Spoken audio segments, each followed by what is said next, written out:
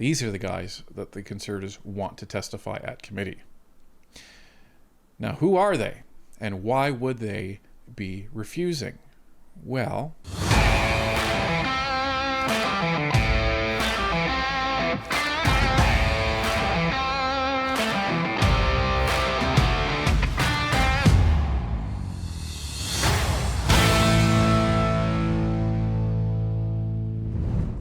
in order to get answers on Mark Carney's holdings and understand exactly what conflicts of interest he might have, Parliament called on the two Brookfield executives who actually supervised Mark Carney to appear at committee.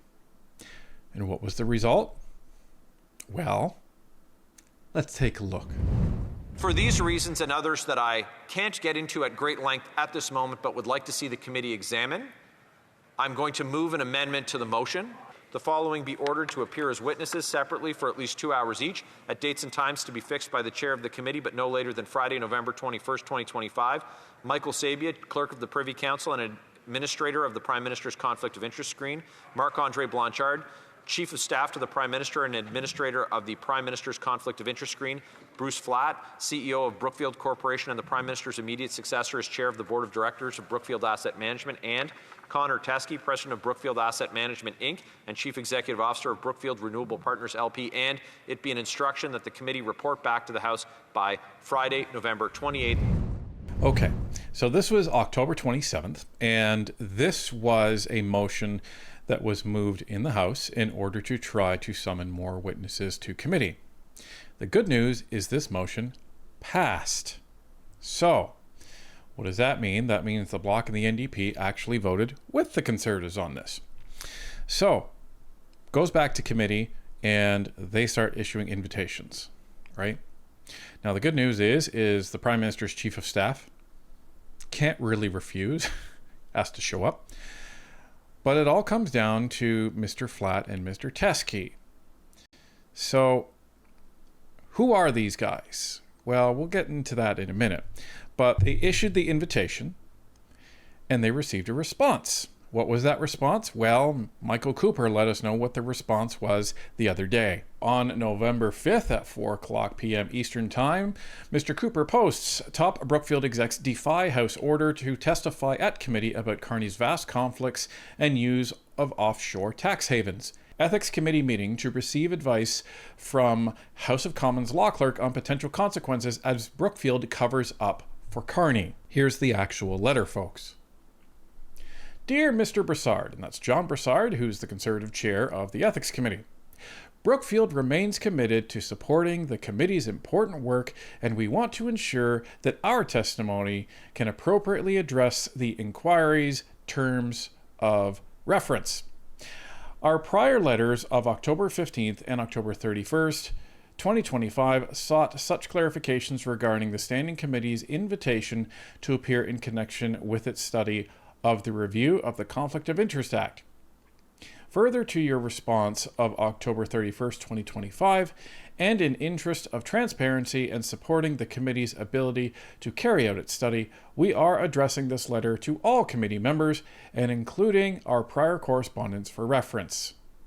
As previously stated, we stand ready to assist the committee in the ways that are most appropriate to its stated goals regarding the Conflicts of Interest Act.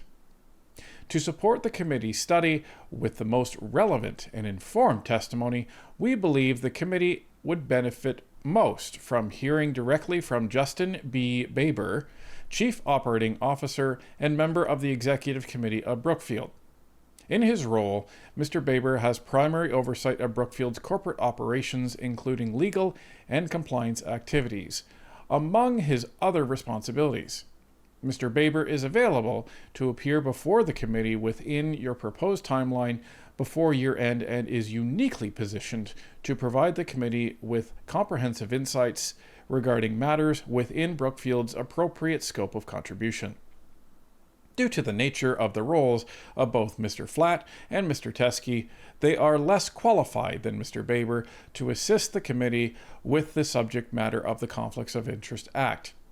In addition, they are each permanently resident outside of Canada and due to their significant pre-existing travel and business commitments are unavailable to appear before the committee between now and year end. As set out in our October 15th letter, Brookfield is a private sector company, so our executives do not possess expertise in regulatory frameworks governing public officials, nor does Brookfield act as trustee or administer blind trusts for public office holders or anyone else. That said, we remain ready to assist the committee in ways that are appropriate to its stated objectives, and the clarification requested in our previous letter will enable us to determine how Mr. Baber might best contribute to the committee's deliberations. On the surface, if you're just reading that, you may think, that sounds reasonable. Sounds like Brookfield is trying to comply. But here's the problem. Justin Baber, who is he? He's the chief operating officer. Now, he's a C-level executive. Do not take anything away from that. He is a high-ranking person in Brookfield. However, he's not going to be somebody who's going to be able to really answer any of these questions that the Conservatives and the Bloc really want answered. And what are those questions? What was Carney's role? What did he do over in China? What is Brookfield doing over in China? What is Brookfield investing over in China? What is Brookfield investing down in the United States and the other portfolios? What kind of funds did Mr. Carney, like all of this stuff? Baber won't have insight to that because the chief operating officer is really looking at the primary operations section of the company. So I would say that that's not going to be the scope of really what they want.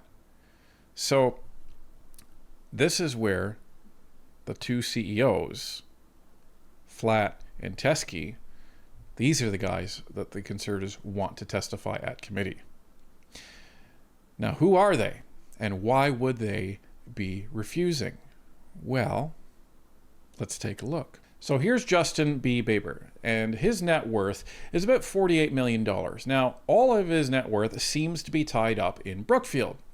Not a bad gig. 749,366 shares of Brookfield, to be exact, if this estimate is accurate. It says he's a senior officer at Brookfield Corp here, but he's not really going to be the guy that we want. Now, this is Connor Teskey. He's one of the chief executive officers at Brookfield, specifically for Brookfield Renewable Partners, LP. Now, his net worth is around $482 million, and that's of the end of September. And as you can see, most of it, if not all of it, is actually within Brookfield itself. So this is going to be a guy who's overseeing investments in all of the green energy aspects of Brookfield.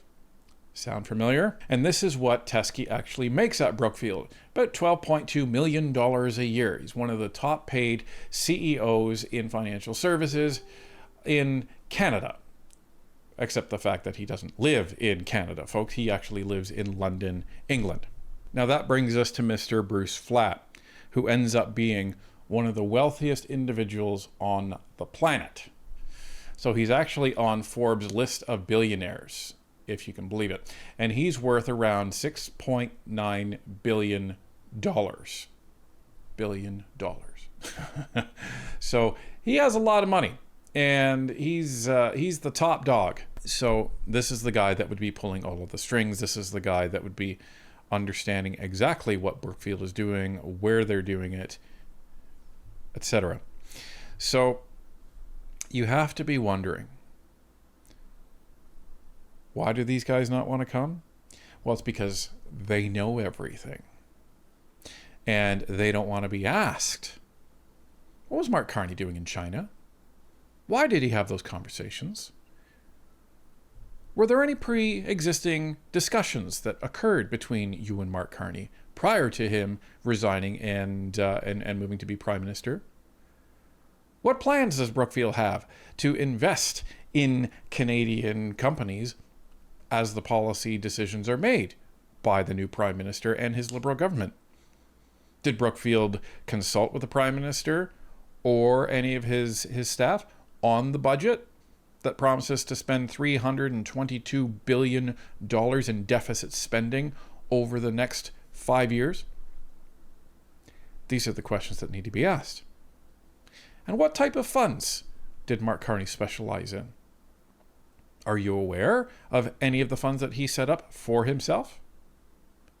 So this is really the crux of it, folks. Canadians need to know answers. Now, on the 5th, this is just a snapshot of the committee where Michael Barrett and Michael Cooper were asking some witnesses about Brookfield and the potential impact of the Prime Minister and the decisions and what could potentially be done in the Conflicts of Interest Act to prevent these conflicts of interest from even being there in the first place. When public office holders are screened from being involved in discussions or taking decisions on matters that put them in a conflict that could see them benefit their own financial interests, should there be public reporting that has occurred, so that there is that visibility again for the sake of public confidence that the system is working? The concept of it sounds fine, but the public doesn't have visibility on if and when it's used, and it might seem to strain. It might seem to strain most people's trust again if they hear that it's going to be employees of or appointees of that public office holder who are protecting them from that involvement, and that the decisions, if you had, the current Prime Minister, as the example I will use, has extensive holdings in a company that's invested in transportation and infrastructure and military and power generation, all things that certainly the head of government would touch on in their role. So the question is, do you think there should be public reporting of when the screen is used? I think that's something that the committee should consider, and I would agree with it depending upon what we're talking about. As I understand it, the ethics commissioner has set up a screen, as you describe it, where two officials in the Prime Minister's office are going to divert issues that might be part of the Prime Minister's portfolio from the Prime Minister's attention. So you can see where the problem is. Now let's go back to those guys at Brookfield. In that letter, they were saying, we don't have any knowledge or expertise in government. And are you kidding? Are you kidding? Brookfield managed $1 trillion of investments in the world. And you're trying to tell me that Brookfield doesn't have an army of lawyers and legal experts that know how to deal with all of the major governments around the world? You're going to try and tell us that? Yeah, I don't think so. So they want to just offer this guy up. And this is almost a power play by Brookfield, because they're saying, no. You don't want us. This is the guy you want. And you're not going to get us. This is the guy that you want. Mr. Stark, you were quoted in a May 5th, 2025 article in the Financial Post stating that the primary remedies for conflict of interest are recusals, disclosure, and divestment. So just to clarify, you would consider these three to be the primary remedies of avoiding conflicts of interest? Yes, I would. Okay. Now, the Prime Minister has more than 500 reported conflicts of interest and 103 conflicts that are subject to the so-called ethics screen, conflicts related primarily to Brookfield. Now, it's the Prime Minister's position that decisions affecting Brookfield's interests wouldn't come to his desk, wouldn't come to his attention by virtue of the screen, but that isn't exactly true, given that the ethics screen only kicks in when a decision disproportionately impacts Brookfield's interests relative to other companies as part of a broad class. So consequently, that would give the Prime Minister fairly wide ambit to make decisions affecting Brookfield's interests, would it not?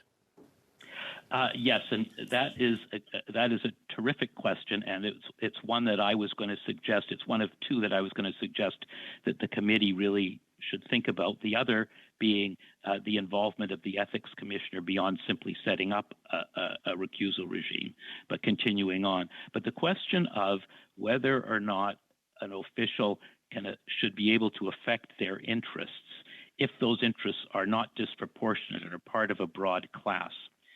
That idea comes from American legislative ethics.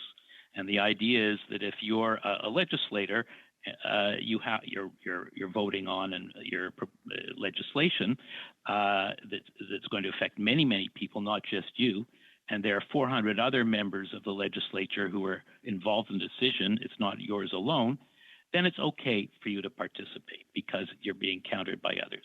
It's been imported in Canada into our ethics regime for the executive branch, and I'm not sure it's legitimate to do that. So let's break that down. So, as Duff Conacher testified, and we covered this, Mark Carney is in a position where he only has to worry about this quote-unquote ethics screen if the person that's actually screening this stuff determines that he's going to be, benefiting disproportionately for any of the decisions made.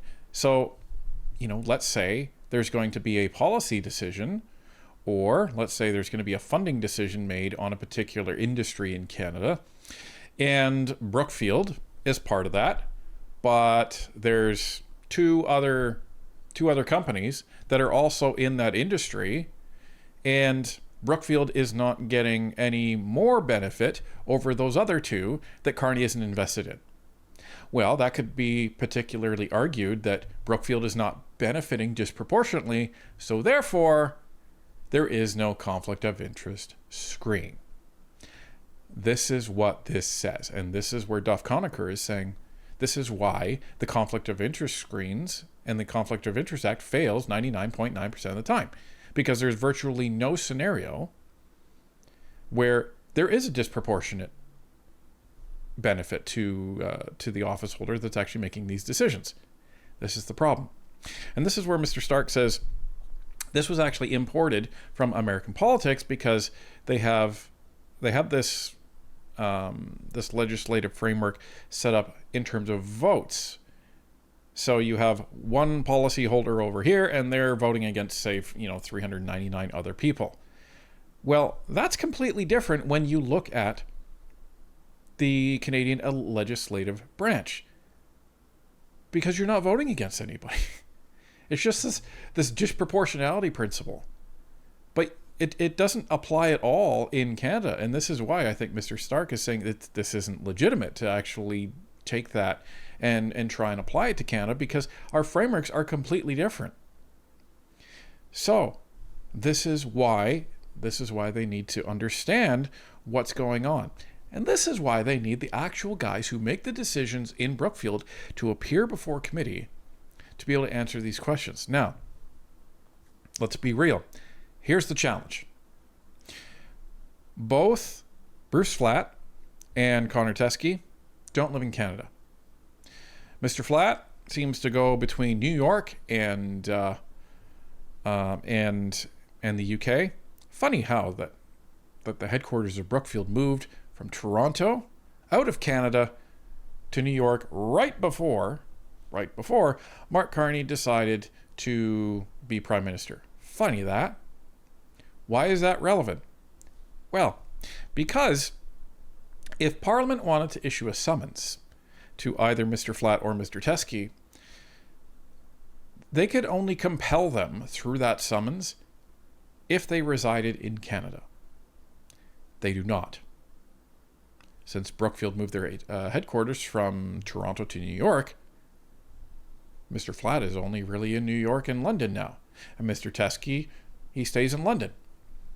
So it allows them to potentially refuse any summons that Parliament actually issues. Does that mean this is the end of the story? No. Because the committee could still issue a summons. Mr. Flatt and Mr. Teske could refuse that summons. Now what does this do? Well, this could create potentially a very huge perceived and optical stink from all of the opposition parties in Parliament, because remember, they all voted to bring him. So they could scream to high heaven that these guys are refusing a parliamentary summons. They are covering up for Mark Carney. They're covering up for his investments, and Canadians are not seeing the full picture of transparency. And then, most likely, what the Conservatives will do is they will swing back and point to Mark Carney and say, why aren't you letting Canadians see what you're invested in? Who cares? What's the problem? Because there's still question marks. There's what we already know, but there's specific funds in there that now we don't know. So this is the biggest concern for Canadians, and this is why they need answers. So Brookfield can either be put in this position where they're actually internationally embarrassed by their country of origin. Remember, Canadian company initially, and try and refuse that. Or maybe the Conservatives and the House of Commons are going to be able to find some legal loophole, because it's still registered in Canada. So why wouldn't you be able to issue a summons to the owners or CEOs of a company that is actually registered in Canada?